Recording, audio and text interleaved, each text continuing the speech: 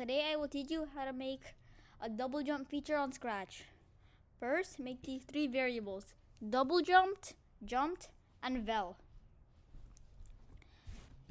A first step to making it is making this line of code.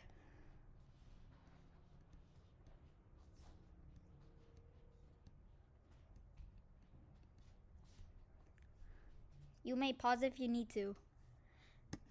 Next, you make this piece of code. This is adjustable. You can switch it to W or anything.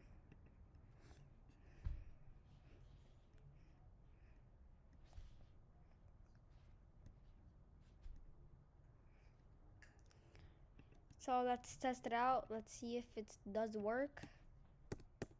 And as you can see, I can double jump.